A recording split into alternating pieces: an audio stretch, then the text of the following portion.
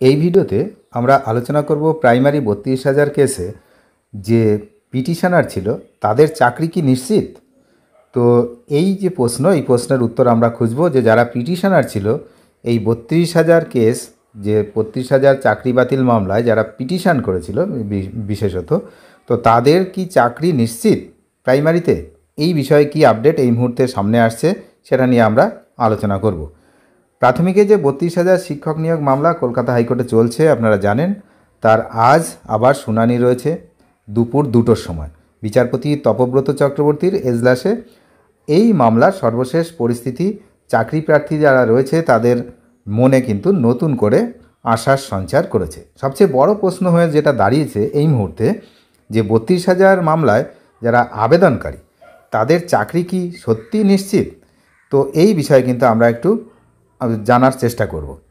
তো কলকাতা হাইকোর্টের বিচারপতি তপব্রত চক্রবর্তী ৩২,০০০ চাকরি বাতিল মামলার শুনানিতে কিছু গুরুত্বপূর্ণ পর্যবেক্ষণ দিয়েছেন। ইতিমধ্যে তিনি বলেছেন, যদি এটা প্রমাণিত হয় যে ৩২,০০০ শূন্য পদের বাইরে কোনো অতিরিক্ত নিয়োগ হয়নি এবং আরটিআই রিপোর্টের মাধ্যমে শূন্য পদের অস্তিত্ব নিশ্চিত করা যায়, তবে মূল আবেদনকারীদের সেই পদে নিয়োগ দেওয়া উচিত।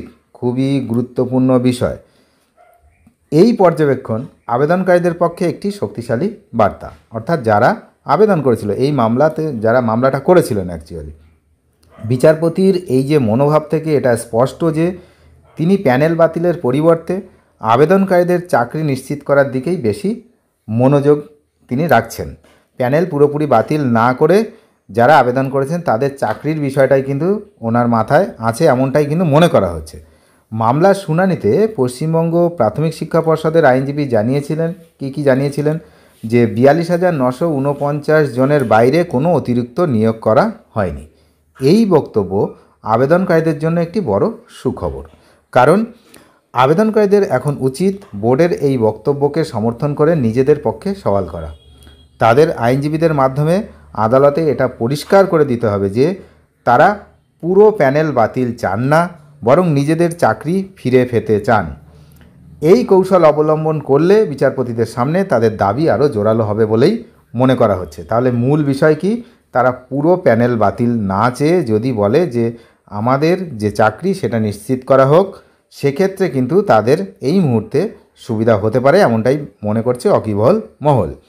বিচারপতি চক্রবর্তী ২৬,০০০ চাকরি বাতিলের মামলার উদাহরণ কিন্তু টেনেছেন। আপনারা জানেন শুনানিতে তিনি বলেছেন যে, যেটা লাইভও আমি দেখিয়েছি, যে যেখানে প্যানেল বাতিলের ফলে কোনো পক্ষই লাভবান হয়নি, প্যানেলটা বাতিল হয়ে গেছে, কোনো পক্ষই লাভবান হয়নি। যারা আবেদন করেছিল তারাও যেমন চাকরি পায়নি, যারা চাকরি ছিল তাদের চাকরি চলে গেছে। তার মানে কি, কোনো পক্ষই লাভবান হয়নি এসএসসির ক্ষেত্রে, তাতে সকলেরই আর্থিক ক্ষতি হয়েছে।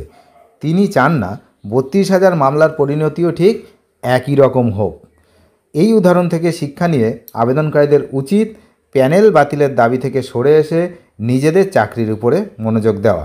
কারণ এই মুহূর্তে যদি প্যানেল বাতিল করে দেওয়া হয় তাহলে চাকরি তো বাতিল হবেই, যারা আবেদন করেছিল তাদেরও কিন্তু চাকরি হবে না। মানে আলটিমেট কোনো পক্ষেই লাভবান হবে না। দুই পক্ষ আছে আপনারা জানেন, একজন ৩২,০০০-এর পক্ষে, একজন বিপক্ষে, তা কোনো পক্ষেরই কিন্তু কোনো লাভ নেই যদি প্যানেল বাতিল হয়ে যায়, এমনটাই যারা আইনজীবী মহল তারা মনে করছেন। মামলার এই মুহূর্তে যে সর্বশেষ পরিস্থিতি রয়েছে তাতে বলা যায় এটাই যে ৩২,০০০ মামলায় আবেদনকারীদের চাকরি পাওয়ার সম্ভাবনা আগের থেকে অনেক বেশি উজ্জ্বল হয়েছে। তবে এর জন্য সঠিক রণনীতি গ্রহণ করতে হবে।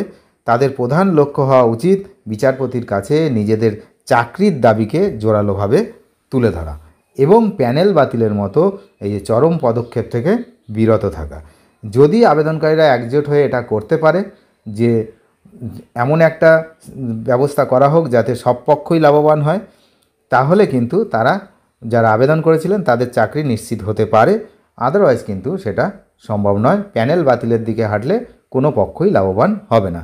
এখন দেখা যাক, আজকে আবার শুনানি রয়েছে এবং আজকের শুনানির যে অর্ডার কপি, সেটা আমি গতদিনের অর্ডার কপি আমি দেখিয়েছিলাম, যেখানে আজকের শুনানির কথা বলা হয়েছে যে আগে যারা ৩২,০০০ শিক্ষক শিক্ষিকাদের পক্ষের আইনজীবী তারা সওয়াল করবেন, তারপরে যদি সময় থাকে আদালতের, তারপরে হচ্ছে আবেদনকারীদের আইনজীবীরা সওয়াল শুরু করবেন, আর্গুমেন্ট শুরু করবেন।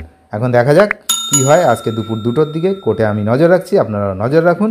চ্যানেলে যারা নতুন তারা অবশ্যই চ্যানেলটিকে সাবস্ক্রাইব করে সঙ্গে থাকবেন। Thank you.